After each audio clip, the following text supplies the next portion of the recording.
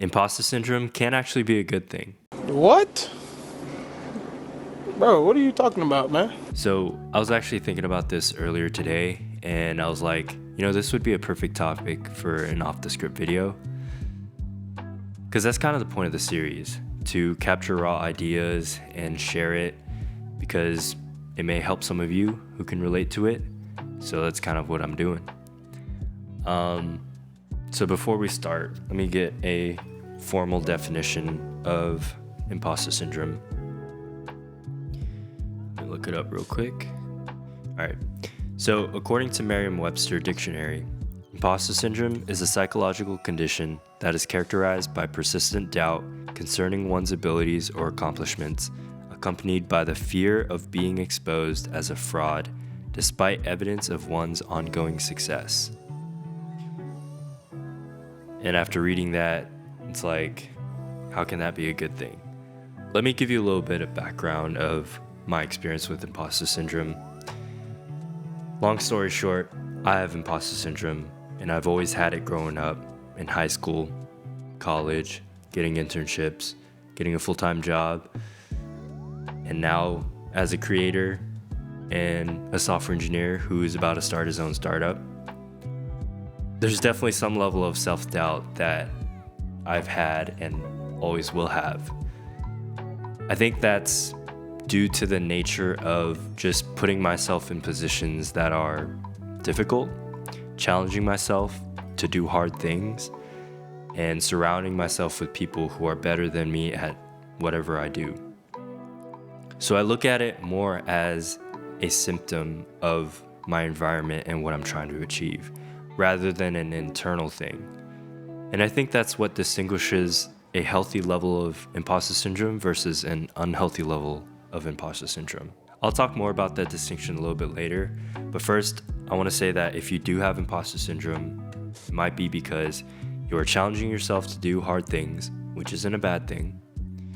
You're surrounding yourself with people who are better than you, which is also not a bad thing. And number 3, you have some level of humility and willingness to learn, which is also a good thing. So that's why I think some level of imposter syndrome is actually a good thing. A healthy amount is a good thing. If you are somebody who doesn't have imposter syndrome, take everything I just said and flip it. You aren't challenging yourself enough. You're not surrounding yourself with people who are better than you. And number 3, you might have a big ass ego. You're a little bit cocky, think you know everything, and you think you're better than everyone. If that's you, that's not a good thing, because that's the fastest way for somebody to get left behind. Because they're not growing, because they're not willing to learn, because you can't fill a cup that's already full. If that's you, you gotta expand your cup. So that's why I think some level of imposter syndrome is actually a good thing. But where do we draw the line for a healthy level versus unhealthy level? So as I said earlier, a healthy level is more of a symptom of your environment and what you're trying to achieve. Because you're challenging yourself to do difficult things that require skills that you may not have, you're gonna feel some level of self-doubt. You're gonna feel like you're not qualified. You're gonna feel like somebody else should be in your position instead of you, because there's a gap. And in order to fill that gap, you're gonna have to build the skills required to achieve that goal. So if you're somebody who feels some self-doubt because the thing you're trying to achieve is hard, but you do push through anyways and grow, acquire the skills, and become a better person, that is completely normal. That is healthy. As long as you acknowledge that you did actually accomplish the thing that you accomplished, and that you did put in the work and effort to achieve that thing. But if you're somebody who feels imposter syndrome and is paralyzed by it, it feels like it's getting worse and worse, and it's more like a internal feeling, and you attribute all your accomplishments to luck, that is an unhealthy level of imposter syndrome. That is actually something that needs to be worked on. And I think that comes from a low self-esteem and low self-confidence. That's a whole nother topic for another day.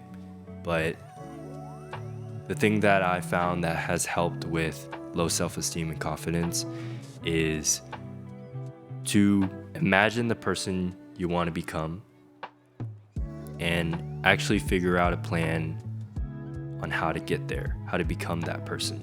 You have to put in the work to become the person you want to be confident in yourself, and to feel like you are proud of who you are. It doesn't just come from flipping a switch. It doesn't come from a magic pill. It comes from hard work. There's no secret. There's no secret code to get you there. To become a confident person, you have to be proud of what you've done. And if you haven't done anything, there's nothing to be proud of. So you have to put in the work. That is my opinion from my experience when I did have low self-esteem and confidence growing up. There are other ways that can help, but from my experience, that was the only thing that really helped me build confidence and my self-esteem. All right, anyways, to wrap everything up, I think everyone should have some level of imposter syndrome. Just make sure that it's a healthy amount. Thank you for watching this video. Let me know if you have imposter syndrome and your experience with it. I'm always open to expanding my perspective if you have differing opinions. So let me know in the comments down below. But other than that, make sure to drop a like, subscribe, and I'll see y'all next time. Peace.